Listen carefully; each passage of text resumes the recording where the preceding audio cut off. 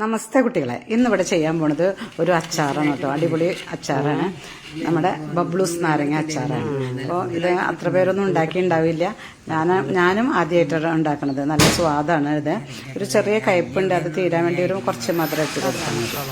ഇപ്പോൾ കടകളിലൊക്കെ കിട്ടുന്നതാണ് ഇപ്പോൾ ഈ ബബ്ലൂസ് നാരങ്ങ. അതുമാതിരി റോഡ് സൈഡിലൊക്കെ വിൽക്കാൻ വെച്ചിട്ടുണ്ടാകും. ഇത് എൻ്റെ ഒരു കൂട്ടുകാരി കൊടുന്നതാണ് കേട്ടോ. കൂട്ടുകാരുടെ വീട്ടിലുണ്ടായതാണ്. ഇത് അധികം പഴുത്തിട്ടില്ല, അച്ചാറിന് പാകമായിട്ട്. നല്ലോണം പഴുത്തിട്ടുണ്ടെങ്കിൽ അത്ര മധുരം ഇടേണ്ട ആവശ്യമില്ല. പഴുക്കാത്ത കാരണം നമുക്ക് കുറച്ച് മധുരം ഇട്ട് കൊടുക്കണം. ഇപ്പോൾ അതൊക്കെ മുറിച്ച് ഇതേമാതിരി ചെറിയ ചെറിയ അല്ലികൾ, അതിൻ്റെ ഉള്ളിൽ നാരങ്ങയുടെ അല്ലി മാതിരി ഉണ്ട് കണ്ടോ. ഈ അല്ലി മാതിരി ഉള്ളത് എടുത്ത് അതിൻ്റെ ഉള്ളിലുള്ള ചെറിയ ചെറിയ അല്ലികൾ തനിയാക്കി നമ്മൾ എടുക്കണം. ചെറിയ അല്ലി എടുക്കുമ്പോൾ അതിൻ്റെ ഉള്ളിലുള്ള ഇതേമാതിരി അല്ലി എടുക്കുമ്പോൾ ആ മേലെയുള്ള ആ തോല് അതിൽ ചേരാൻ പാടില്ല. മേലെയുള്ള തോല് ചേർന്നാൽ കുറച്ച് കയ്പ്പ് രസം എടുക്കും. അപ്പോൾ ഇതേമാതിരി എല്ലാം അല്ലിയാക്കി എടുത്ത് വെച്ചിട്ടുണ്ട്. ഇനി നമുക്ക് അച്ചാർ ഉണ്ടാക്കാൻ നോക്കാം.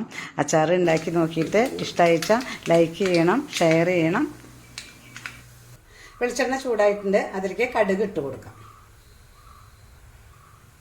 ഞാൻ ഒരു സ്പൂണ് കടുകാണ് ഇട്ട് കൊടുക്കുന്നത്.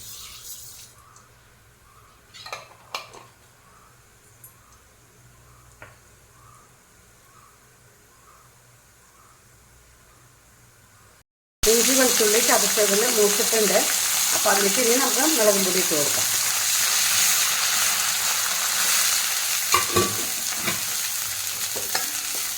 ഒന്ന് പച്ചവാസന പോകുന്നവരെ ഒന്ന് ഇളക്കി കൊടുക്കാം. അതിലേക്ക് നമുക്ക് വിനീഗർ ഒഴിച്ച് കൊടുക്കാം.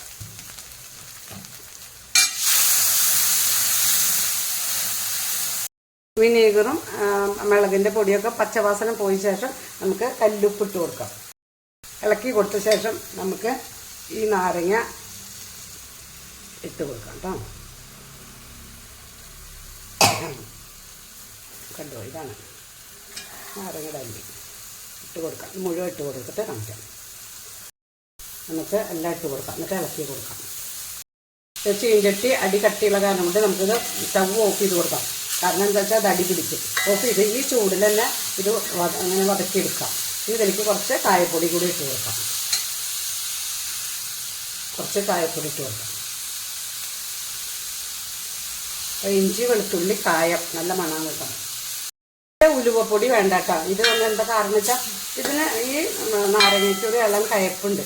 അപ്പോൾ നമ്മൾ നല്ലെണ്ണയും അതുമാതിരി ഉലുവപ്പൊടിയൊക്കെ ഇട്ട് കഴിഞ്ഞാൽ കയപ്പ് രസം എടുക്കാനുള്ള ഒരു ചാൻസ് ഉണ്ട്. അതുകൊണ്ടാണ് അതങ്ങനെ ചെയ്യാത്തത്. നമുക്ക് നല്ലോണം ഇളക്കി കൊടുത്ത് സെറ്റാക്കിയ ശേഷം നമുക്ക് കുപ്പിയിൽ അടച്ചു വയ്ക്കാം. കൂടുതൽ സൗകര്യം ഫ്രിഡ്ജിൽ വയ്ക്കുകയാണ്. ഇല്ലെങ്കിൽ പുറത്ത് വെച്ചാലും ഒരു മാസം വരെയൊക്കെ ഇരിക്കും. ഇതധികം ഒരു കൊല്ലം വരെ ഒന്നും ഇരിക്കില്ല, ഒരു മാസം വരെ ഇരിക്കും. നല്ല സ്വാദാണ്, അടിപൊളി സ്വാദാണ് ഈ അച്ചാർ. ഒരു പ്രാവശ്യമെങ്കിലും ഉണ്ടാക്കി കൊണ്ട് നോക്കുക, എന്നിട്ട് അഭിപ്രായങ്ങൾ പറയാം കേട്ടോ. ബബ്ലൂസ് നാരങ്ങ അച്ചാർ റെഡി ആയിട്ടുണ്ട്. ഒന്നുകൂടി പതഞ്ഞിട്ട് ഞാൻ സ്റ്റവ് ഓഫ് ചെയ്യാണ്. ഇനി അച്ചാർ വെന്ത് കഴിഞ്ഞാൽ നമുക്ക് പാകമായി കഴിഞ്ഞാൽ നമുക്ക് അതിലേക്ക് സ്വാദ് ക്രമീകരിക്കാൻ കുറച്ച് ശർക്കര പൊടിയാണ് കേട്ടോ. ഞാൻ നാട്ടു ചക്കര എന്ന് പറയുന്ന സാധനമാണ് ഇട്ടിരിക്കുന്നത്. ഇത് നമുക്ക് ആ സ്വാദ് ക്രമീകരിക്കാൻ വേണ്ടി ഉപ്പും പുളിയും ഒക്കെ ക്രമീകരിക്കാൻ കുറച്ച് മധുരം ഇട്ട് കൊടുത്താൽ നല്ലതാണ്. എന്നിട്ട് നമുക്ക് ഇളക്കി കൊടുക്കാം. ഇളക്കി കൊടുത്താൽ അടിപൊളി സ്വാദിൽ നമുക്ക് ഈ അച്ചാർ റെഡി ആയിട്ടുണ്ട്. അപ്പോൾ ഒരിക്കൽ ഇങ്ങനെയൊക്കെ ഉണ്ടാക്കി നോക്കുക.